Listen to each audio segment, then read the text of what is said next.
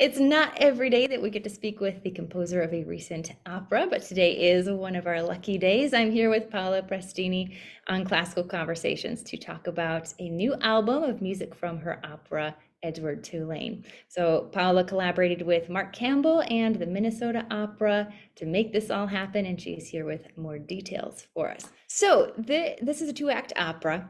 And Yes. there is a lot of action packed into those two acts. Could you start by giving us a synopsis, just so we have a good general sense of the trajectory of the story?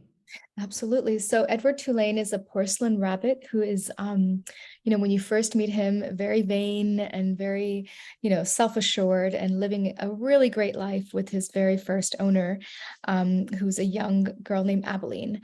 And pretty much, soon after that introduction, you're on the Queen Mary and they're, on this incredible liner trip, but he gets thrown overboard. And as he sinks to the bottom of the ocean, you begin to really get the sense that he's on this transformative journey of what it means to truly love and allow yourself to be transformed by love. And so that journey takes him from the bottom of the ocean to being loved by a fisherman and his wife who had lost a child, to, drifters who, take him on this incredible train journey. And then finally at the end of Act One to this incredible, really, really, desperately sad story of a young girl and her brother. And she dies while holding Edward. And at that moment, you really get the sense that his heart is going to break and he decides he can't love. But as he gets mended, back together after second act, he slowly journeys himself to open up. And the ending is this beautiful, beautiful moment of transformation. Right from the very beginning, there was this great hook in the story with a little bedtime story that, did you say it was Abilene? Yes, Aveline. That Yes. her mother told her, this bedtime story. And at first you hear it and you think, oh, it's a little harsh for a bedtime Yeah. story, but it's got a really interesting moral. Could you recap that story? Sure. So Pellegrina tells her the story, and it's the story of a young princess who gets lost in the woods, and she happens upon this hut where there's this witch living. And the witch asks her, who do you love? And the young princess says, I don't love anybody, leave me alone. Why doesn't everyone just keep yapping, yapping, yapping about love? And so the witch puts a spell on her, and the young girl is transformed into a warthog. And then her father, who, she said was a mighty king, of course, has these three, horse men come and shoot the warthog dead because, of course, they don't know it's her. And so, Abilene is horrified by this story. And Edward, who's still, at that point, she's kind of holding him as as an inanimate object, actually comes to life after that. And he's like kind of horrified, by the story, by the, by the house, by this kind of crabby old lady.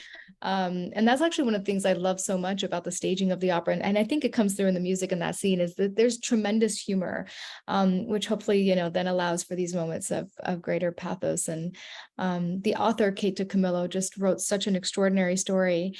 And then Mark Campbell, really brought it to life in the mouth, so that I could make everything sing. Right, right. So right away you're thinking from the beginning, is this going to happen for Edward? Is he going to lose love? Is he going to find love? Is there a happy ending to this story? So that was an interesting opener. And I know you mentioned the story by the book by Kate DiCamillo, a children's story, but I Yeah. think this opera is really intended for a larger audience, an audience of really any age demographic. What are some of the ways that it connects with some of those different age groups? Oh, I love that question. I wanted to, really, really use a toolbox of fun in terms of orchestrating. And so huge, I think, fun part of the orchestration is really, really different colors. So for example, when you get into the doll shop, there's actually circus sounds and Foley sounds. And so you hear things that you normally wouldn't hear in an orchestra, like a slide whistle and, a toy box opening with incredible, magical sounds. And so I wanted to, hopefully give the listener, this sense of oral play And so there's that. And then I think, the fact that it is about this, incredible love that you have with, these objects that form your kind of, invisible or, inanimate families, at least when you're a child, and what they mean to you. And I think there's that people can relate to. And then I think the humor, I think there's tremendous humor throughout the entire piece, which makes it very zany and fun. And so, when we were doing the premiere in Minnesota, it was incredible to me to see how many young children were there, how much, it was very intergenerational. And that was 100% my goal, because my son, when I would kind of take him to the opera younger, there was only just, 2 or 3 operas to take him to. And even those, sometimes can seem a little bit removed just by nature of them being, kind of older operas. So yeah, there's, I think, the mixture of the story, the orchestration, the humor. Yeah, that musical toy box, I love that concept. And I think you did such a nice job setting up those different musical sound worlds. I'm wondering what sort of headspace uh, you have to be in to create something like that, something that's a little bit out of the box. So, I got my start writing for children's choirs. And so, there's a sense that I'm always thinking about the human voice and how it can sing, and how you can, like, for example, if you take the fish chorus, there were words on the page. And then there was also like, well, what do fish sound like? Maybe they bloop and they bop and they make little popping sounds. And so, I've always really enjoyed writing for the voice and kind of stretching it. And I think that experience informed that. But then it's also just everything I'm doing in my life informs what I'm doing at the same time. So I had been working with an incredible circus performer and composer and musician named Skip Shirey. And so as I collaborated with him, it was like, well, of course, we're going to make Foley sounds and do this and that. And, so all of these kind of adventures in other pieces end up informing what I'm doing. And so it's this very organic and kind of cyclical process of just being super open. And then, always thinking of expanding the toolbox. Yeah. So how did you first get involved with Edward Tulane? I first got involved with Edward because Dale Johnson, who was the artistic director at the time, he had actually been reaching out to me for like a year or two, and we were talking about a Fellini opera. And I was super poised and excited to write this, like my first grand opera. It was going to be a serious opera, and I couldn't wait. And then one day he says, I've kind of changed my mind. I read this book.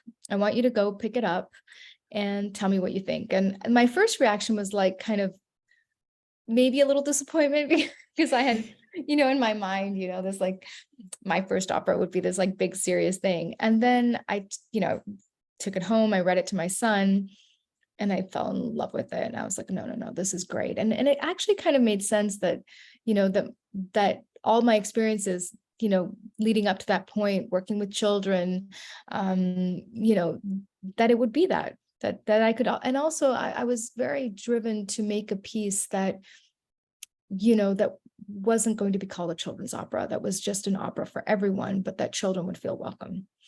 And then from a pragmatic standpoint, how great that, hopefully opera companies hear that and say, yes, we want to, program a work that's going to bring in our audiences, and that be by a woman, and that be contemporary. How exciting, what an opportunity. So that was my little, mental, pretty soon after I got very, very excited. And I always think of it like The Little Prince, what an opportunity to write a timeless opera on a timeless tale. What was your son's reaction when you first read it to him? He loved it. I mean, I think the there was a lot, like my son is an empath. So there was a lot of kind of like these moments of like, oh my God, that happened. Oh my God, that happened. But we loved it. Yeah, he just loved it. Do you feel like with such a large work like this, there were any moments where you felt you could kind of hit the wall musically, trying to figure out what happens next, what to do? I'm quite fortunate in that once I start writing, I'm pretty much in. And, I think this is a condition of just, how I balance my life, which is that when I have my writing time, I'm not fussy about it. I sit down and I do it. There are moments that are more inspired than others, right? That I'm like, oh my God, this just happened. I don't remember writing that. And moments where I'm like, okay, this is a little more challenging. I'll say that the biggest gift, and this sounds terrible, but like the biggest gift in a way was that I got to hear the work on stage right before it being pulled due to COVID. And so in a way, it's like a composer doesn't get to see a work on stage and then get to refine it. I got to refine it. I had 2 years where I was very fortunate that the opera company was very committed to the premiere. And I had 2 years of saying, okay, well, actually the work needs an overture. No, and actually this needs to be much more deftly orchestrated.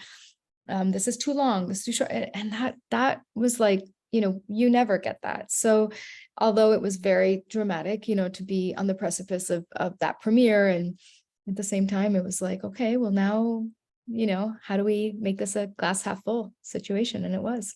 Yeah, how interesting. I understand that you especially love collaborative work. So what is it about that collaboration that is appealing to you? You know, in every situation that has been a positive collaboration, there's been things that I've learned that I could have not learned if it weren't for a collaboration with that person.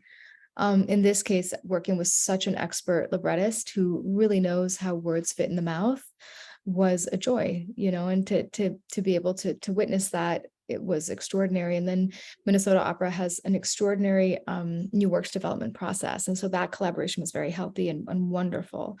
And then, from other operas, like the other work I did with a children's chorus was Aging Magician, which was also supposed to open right after, and it came down in San Diego Opera.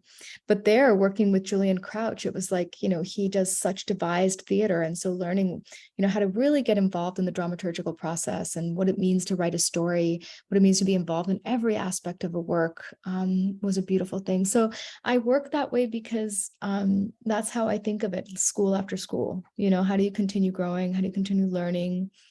How do you really refine what you won't change about your things and what you will? And then also, how do you advocate for yourself in these situations in a positive way that reinforces, the working relationship? You can only learn it by doing it. Mm. And is there anything else that you would love for our listeners to know? Anything that would enhance the listening experience, do you think? Let's see. I will say that there are a lot of beautiful motives in the piece. And those motives are all about love, and Edward has them. And so I think kind of tracing that is a really fun thing to do in the work.